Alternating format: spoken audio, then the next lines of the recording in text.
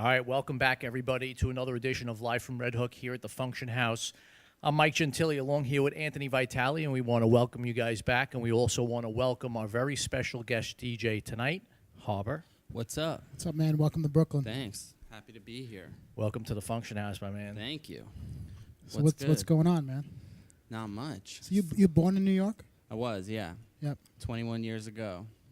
Nice. Wow, Yeah. 21 years old. Oh my God, let's trade spots You have your whole to be life 21 ahead. again. I just entered the jungle. You did. What made you pick this profession? All right, so I was finishing up high school, and I was a big baseball player. And my senior year, I tore my shoulder. So I was just sitting at home with like a huge cast on my arm in like a big chair, just Were you a scrolling pitcher? through. I was not. That was the Okay. weird thing. I guess I had horrible form. I got so messed up. But I was just scrolling through YouTube, and I stumbled upon, I think it was like Calvin Harris at Coachella, and I started watching it, and I started seeing like the interaction between the fans and the singing the songs, and it was just like the craziest thing I'd ever seen. So the next day, I literally went to Scratch Academy it's in the Village. Yep. I signed up, never looked back. So this was what year of high school? My senior year. Senior year of high school. Yeah. So this was It's not like 4 years ago. Yeah, it's About 4 years ago. Yeah. So you're relatively young in the sense of being in the DJ game. 4 years. Yeah, 4 years, producing for 3. Okay. So who was the guy who told you you need to be producing music? It was honestly the guy who taught me to DJ. It's DJ Esquire. Shout out DJ Esquire. Is he a DJ from scratch? He is, yeah. I haven't spoken to him in years, though. So who put you on to Scratch Academy? I literally just Googled best DJ schools in Manhattan, and that was the first one that came up. I called, and I went. And I just went every day for like a month before I couldn't go in, before I left for school. So how long being at the program there did you pick up on DJing? So I quickly learned I had little to no musical talent before I went in there. Is there any musical talent in the family? No, none. I'm like none. It's bad. My not dad bad. my dad has It's a few interesting. party tricks that he can play the piano, but Okay, there you other go. than that, So we there's don't have some much. musical talent, then. If you call party trick musical talent. So everything I learned DJing, I learned from scratch. And then when Esquire told me that I should really start producing, if I wanted to be a DJ full time and make money out of it, I should make my own beats. So I went. There was no school for that I could find. So I went straight to YouTube and dove right in there. So what equipment are you using for production? I use Ableton. I started out in Logic, and then I moved over to Ableton because I realized there were a couple things that you can do in Ableton that you can't really do in Logic. A lot of warping stuff, Yep. manipulation that I figured I really wanted to do because my inspirations for producing are like Skrillex and Diplo and Dylan Francis, and I noticed with their stuff they do a lot of manipulation with sound that I'd never really heard before. So in order to do that in a way that was easiest, I moved over to Ableton. So I have I want to take a step back. I have a couple of questions for you with regards to your time at Scratch Academy. Yeah. So what is kind of like so you were being a DJ that had no experience, no musical background. You going into the Scratch Academy, what's sort of the forte they take you through in sort of teaching you how to become a DJ? So how does that look? The first thing we learned is how to count beats. That was 1, 2, 3, 4. That was the first thing we learned. That took me about 2 sessions to get down. Practiced at home on like one of those phone DJ apps. Okay. Then after that, we went into beat matching. So after that, I kind of started to get the hang of it. This was all on vinyl. So for a while, before I had access to any CDJs, I was all on vinyl, and I actually enjoyed it. But then realized once again. They teach you on vinyl. So they teach you how to really mix music. Yeah, it's no joke. Yeah. Yeah, it's not. There's no press and play in there, and just cruising. Yep. Yeah, it's a good spot. It was, and then after that, it went into a little bit of set building, but that was way later. We even went into like EPK stuff. Okay. Even branding. Wow. Yeah, they go all out, and it was actually it was one of the best things I ever did. That's so funny though, because like how they make that a part of the syllabus for learning how to be a DJ Well, is now, branding yourself, and Oh, that's yeah. how crazy the DJ game is today. Well, just look what he has accomplished in 4 years. And what Yeah. it took us 10 years to do. We had a whole day on logos, on how to make your logo in the most money efficient manner. Yep. And Is that this took a couple of tries. The logo you have now is the No, same logo. this is like 15 logos later. This is a great logo. Thank you. Yeah. Yeah, this came from I want to do something with like a smiley face. I thought that would be kind of fun, but like with the hearts, because it's all about the love. And then so I got a smiley face, and the hearts were the eyes. And I was like, I kind of like this heart. Why don't we blow this up? And then we call it the Harber Heart. The Harber Heart was born. So you graduate Scratch Academy. Yeah. You learn how to mix. Yeah. How far out of Scratch Academy were you actually really mixing, holding, beats? About a month. Okay. So a month later, I actually left for my freshman year of college at Elon University in North Carolina. And I actually got a residency at one of the clubs there, fresh out. And I had no idea what to do. How did you accomplish that? I just, part of the lesson plan, emailing promoters. So I did. I was like, hey, I'm out of Scratch. I'm moving to North Carolina. Do you have anything for me? And I DJ'd every other Thursday night for 4 hours. And the first couple times, I left the filter open, the echo on, fader over. It was humiliating. And I got paid off of how many people I brought. And I could never bring any people because my first week of school. So I had to really impress with my music.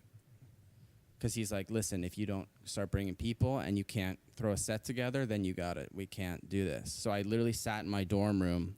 I had one of those little controllers, and just for hours, sorry to my mom and dad for not doing the work, but I sat for hours, and I just mixed and mixed and mixed, and finally I got like something good together, and they let me stay. And how are you getting your music? Like, where are you grabbing your music Record from? pools, DJ City. Big DJ City guy. I started using Club Killers recently. They have a lot of cool edits on there. But occasionally I'll go iTunes. But I really shouldn't if I have access to all the MP3s. So- Why spend all that money? Yeah. So you put out a bunch of remixes last year. Yeah, I did. A ton. It was the first time I really started putting out music in a frequent manner. Which ones? What did you work on? I did one of the Chainsmokers' Sick Boy. That was I think the first one that I really put out as Harber. I had another name, but we won't go into that. Well, who came up with the name? Yeah, Harber? how'd you come up I with did. Harber? It's a combination of my first and last name. So Harry Berman's Harber. Yeah, that's I good. stole it from Kygo. Yeah. Did they teach you that in branding? No, that was all me. That was That works. how did top DJs get their names on Google? All right, that was smart.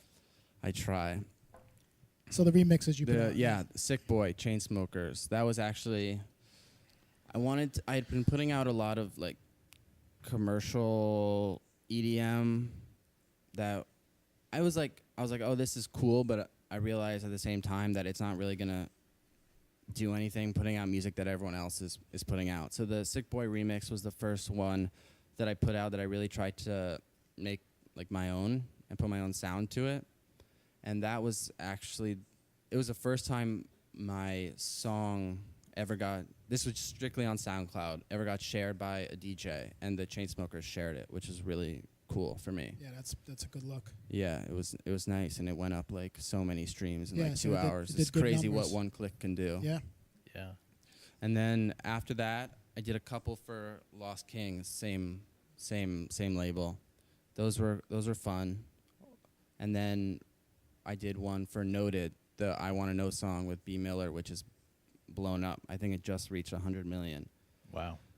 And they were nice enough to give me the stems, so I did that for them. That was a whitelisted remix, so it wasn't official, but they supported it, which was nice. And then recently, my most recent one, I did the EDM.com Remix of the Week, which was an honor for me. I did So it. is that something that they tapped you to do, or? Yeah. Okay. They reached out and we did it. I got to pick a song on Top 40 Radio. So I chose Love Lies, Khalid and Normani. I'll play that later, which was a fun experience. I went harder than I usually do on that one. So what goes into your productions, like when you're going to remix or you're going to make a track? What's sort of your approach to making your music? Yeah, so if I'm going into a remix, stems, if I get the stems, I usually only use the acapella because I try to make a remix as original as possible. I sometimes change the progression up, but I usually keep it the same just for time efficiency. But original productions, I originally just made like a ton of beats, a ton. Like whether they're just drums or piano or anything. But more recently, I've been doing a lot more collaborating, whether it be with producers, but more so songwriters, which has been huge for me. I actually really enjoy songwriting, which I've been getting better at. I've had the privilege to work with a lot of really great songwriters who have taught me a lot. And so recently, the production starts with the a cappella that I write with someone else, and then I build a track around that.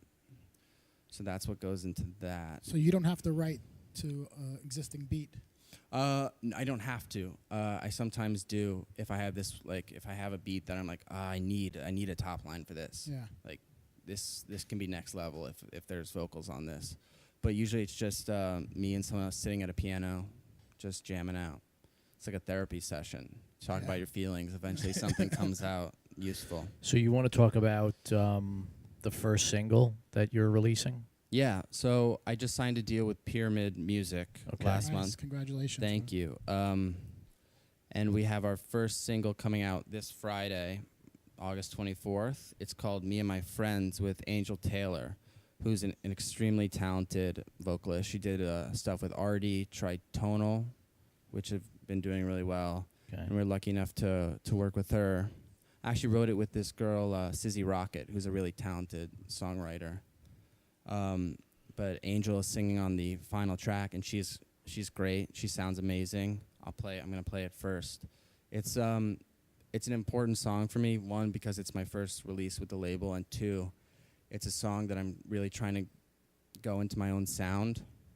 I've been honing in on it for ever since I started producing, and I finally feel like I'm getting somewhere that's special enough where people can probably be like, oh, this is a Harber track, and that's number one for me. How did you make the connection to Pyramid Music, being that the Pyramid Music record label is known to sign artists such as Avicii and Kazette? How did you make that jump? So we had finished Me and My Friends, and we were just sitting on it, and my manager, Mark, sent it out to their A&R, and they hit us back, and they're like, this is great. Can you come in and talk about this? So we did, and they loved it, and we struck the deal.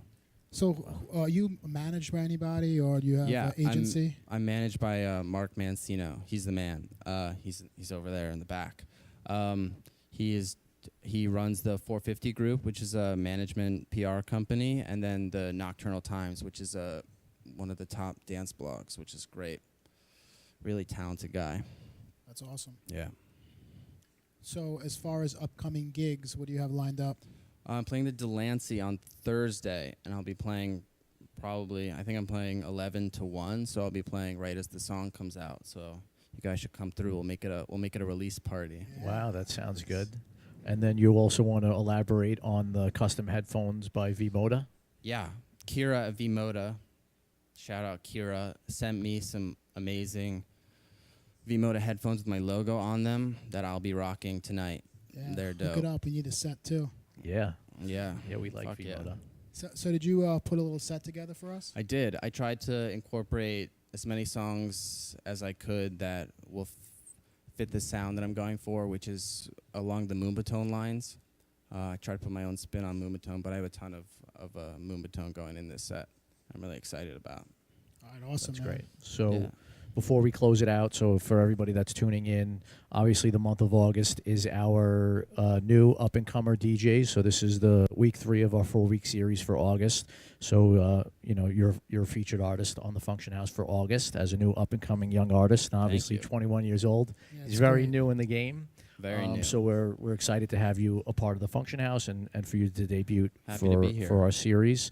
And then we also just wanted to touch upon our little escapade last week in Atlantic City. We were down in Atlantic City where we set up a pop-up streaming suite at the Harris, and we had a really good time, and we had a very good 2-day streaming event with a lot of great DJs, so we thank everybody for supporting us and helping us out. And if you want to check out any of the streams that happened last week, you can go to our website, thefunktionhouse.com, and there's a specific page where you can view all the past streams that happened down in Atlantic City.